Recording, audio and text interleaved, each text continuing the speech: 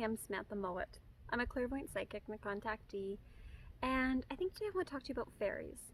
Now, what's funny about fairies is when people think of them, they think of Tinkerbell, and they think of these really beautiful little people, particularly women, who are wearing next to no clothing with these super long legs and elegant wings and stuff like that. And in my experience, that's not how I've seen fairies. That's not been my perception of them or the ones that I've encountered. The ones I've encountered tend to be either typically these little like balls of light that are moving around the plants, or I'll notice them as being like these little silhouettes of bipedal beings that have like this wingy type energy coming out the back of them.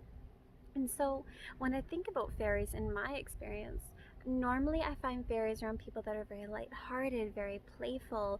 For the people that tend to have like fairies as spirit guides or beings that are working with them, these tend to be the people that are more like, if you meet them, they have like a childlike wonder to the world. They really enjoy being playful to the point sometimes of being mischievous or just being like kind of silly and a little bit, oops, sorry for sliding glass door, just got opened. And they tend to be the type of people who can be a little bit crazy at times, and I mean that like in a really nice way, not like in the mentally imbalanced kind of way, but they tend to be sporadic, and in the moment they tend to be the type of people who really enjoy being unique into themselves. They're often lovers of music and lovers of art and creativity, really enjoy the woods and animals, and I find that these people that have the fairy elements working with them tend to have the personality traits that we're actually finding within the fairy folk themselves. And now fairies are like any other being on the multidimensional extraterrestrial spectrum, where there are those that are good and those that aren't very good and everything between. It's a whole world of gray. Nothing is purely black and white. And so when we look at that component and we really take that into consideration, there are a number of ways in which you can encounter fairies. Now, sometimes if you're like me and you have tons of houseplants, then you might see around your plants, these are like sparks of light that show up for a moment and they're gone. Might be like a little sparkle or a shimmer that's there for a moment. You might see it moving 2 or 3 times around, in which case, yeah, that's a fairy that's within your home.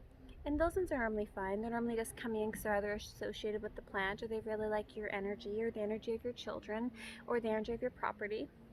You may also see them in your garden. And so I chose to have a garden right behind me, not my garden, mind you, but someone dearest to me garden. And the reason why I did that is because quite often we'll see fairies either in gardens, amongst flowers, amongst the plants, especially if you have things like wind chimes or sun catchers, things that produce sound or beauty are things that fairies are drawn to. They are quite drawn to shiny things. They are quite drawn to things like wind chimes and rain chimes, so things that really catch the wind and make these beautiful vibration, or catch the rain as it's coming down to the chime and make that little like ding, ding, ding sound as it goes from pot to pot all the way down to the ground. But when, sometimes you can be going through an experience, like when I was working out of a metaphysical shop so many years ago, I found like there was so many crystals in this shop, and there were a few little house plants too.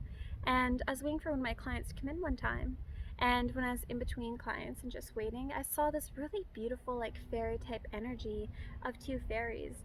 And I was very lucky at the time because I saw them at a much closer range than I normally get to see them. I was only a few feet away from this plant that was on the countertop near the window. And I remember looking at them and seeing this beautiful like goldy colored shimmer or essence to them. They appeared to be all one tone, so that means like they didn't have like distinct hair color and eye color and skin color and clothing, none of that. But it appeared as though they were these beautiful little bipedal beings. And they're quite small, like only a couple inches long at best.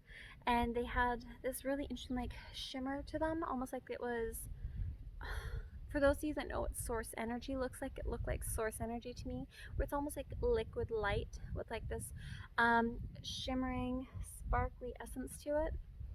It was kind of like that. And so, you know, when I saw them, I felt very lighthearted, very delighted. And it made my heart just feel so alive and playful, because that was kind of energy that these fairies had around them. It's just like that joyous, playful kind of vibration.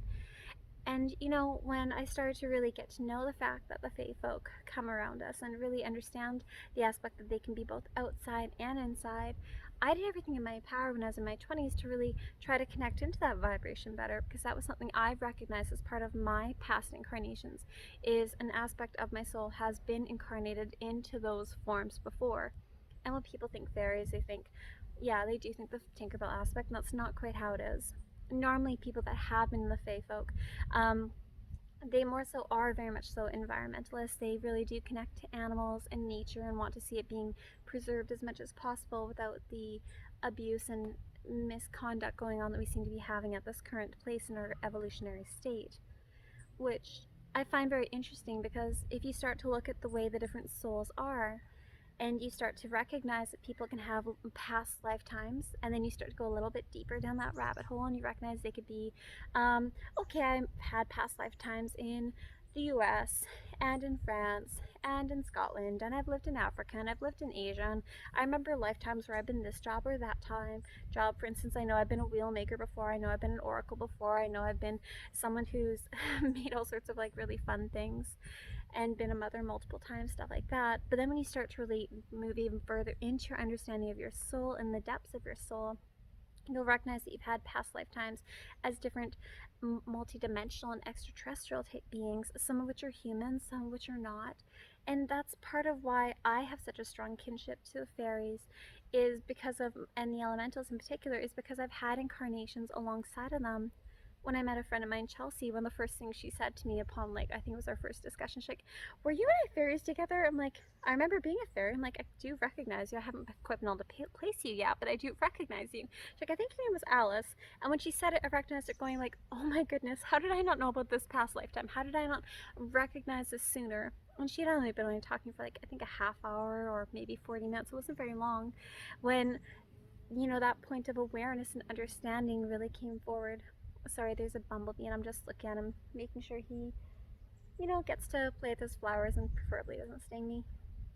But, when you look at these aspects of what's going on here and you look at the fairy energy, fairies tend to be drawn also to certain types of people. If you have small children and they're really in that state of wonder still, so before they hit puberty, before they really go through that vibrational shift that comes with pubescence, because quite often when we're children, we're still very connected to the unseen realms around us. They are more multidimensionally aware. And so children will recognize things like, "I think I saw a fairy," or "Did you see that ghost?" or "Do you see that over there?" And quite often it's that ability to have their psychic ability still open that allows them to really not only perceive it through the veil, but to recognize the things around them, but for a lot of these other beings to interact with the children as well. So children do have things like invisible friends, or they might say, "Oh, I'm having a tea party with my fairy friends," or "I'm going to go swimming and swim with the mermaids." Well, yeah, the kids typically are seeing multidimensionally, which is great, but because the children are also emitting that vibration of acceptance and love towards these beings, those beings recognize that within the vibration of the children, and they're more willing to come around them to interact with them. I know for some of you it may seem a little bit odd to be like, "Okay, well, you're talking about extraterrestrials, you're talking about multidimensionals, you're talking about spirit guides and angels, fairies, really? Fairies?" That means that really a surprise to you. We've had ancient lore going on for thousands of years that these beings are around us, operating all around us. It's, to me, it's just as common as can be. When I was growing up, I was even taught by my family members that fairies are a very real thing, that sometimes they live in the woods and in the mountains, and these are just part of where their home is, and that we have to be respectful of their home. And we need to be respectful of their locations, because the last thing you want to do is to go out into the woods and to be camping somewhere and to trash that place, leaving garbage, having fires, not respecting the land, breaking branches off trees unnecessarily, stuff like that, and really violating the space that you're going into, because quite often we're going into other beings' homes. Oh, another bumblebee, yay. Um, Another thing that I want for you to understand about fairies is quite often when you have them come around, you can hear like a little bit of a tinkling sound. Sometimes they can sound very soft. They can have like these higher vibrational voices. And it's just because their range of frequency is different than ours. We are more dense in a lot of ways. It's just because we're vibrating at a slower rate than a lot of them are. Fairies are seen as, in a sense, the angelic beings upon the earth because they are higher vibrational than us. They are more energy conscious, more um, In a sense, yes, they are comprised of earth energy, but they're also comprised of more active source energy than we are. And so they have more of that vibrational capacity around them. The other thing that I find with fairies, and if you have them coming into your space, you might notice things going missing. And so this is gonna sound really silly, but sometimes like I will notice like one of my earrings is missing, and I'll typically put my jewelry in the same spot, and I'll be like, okay, where's one of my blue star earrings? I really like them. Where'd they go? And it's not because my kids take my things. It's not because their ears are pierced and they're going to play with them. My children are very respectful of everyone else's possessions and stuff like that. It's not one of their friends, can I take it, or my husband doing a joke and taking something of mine, or my dog's eating it, or my cat playing with it. None of that. Quite often, if you have fairies around, if they're trying to bond with you and be playful with you, they can take things. And so, it's fine to be like, okay, could you please bring that back? In exchange for that, I will give you this. And, it can be like a nice shiny coin. It could be something very small, like leaving them a snack of food, things like that, things that are respectful. And so you want to take that into consideration as well. One thing that we like to do just with the fairy aspect is you can leave them out small gifts and trinkets, especially if you find you are having a lot of things going missing or being misplaced around the home, because you can find like, I put my keys by the back door. I know I put my keys by the back door. Where are my keys? What's going on? And then you might hear like this little like a tinkling of like children type laughter, and then you're like, oh, it's just the fairies playing with me. But, okay, guys, I've got a doctor's appointment 20 minutes. I really need to find my keys. Um, Here, why don't you play with this instead? Why don't you take that instead? That might be an easier way to do things. And then you could ask to be shown where your keys are and then be like, oh, okay, they moved my keys over here to the kitchen rather than by the back door where they normally reside. Things like that. But I just wanted to make a short video. I'm gonna go for a swim. It's really hot again, but I wish you peace, love, and light, and I hope you have a beautiful day.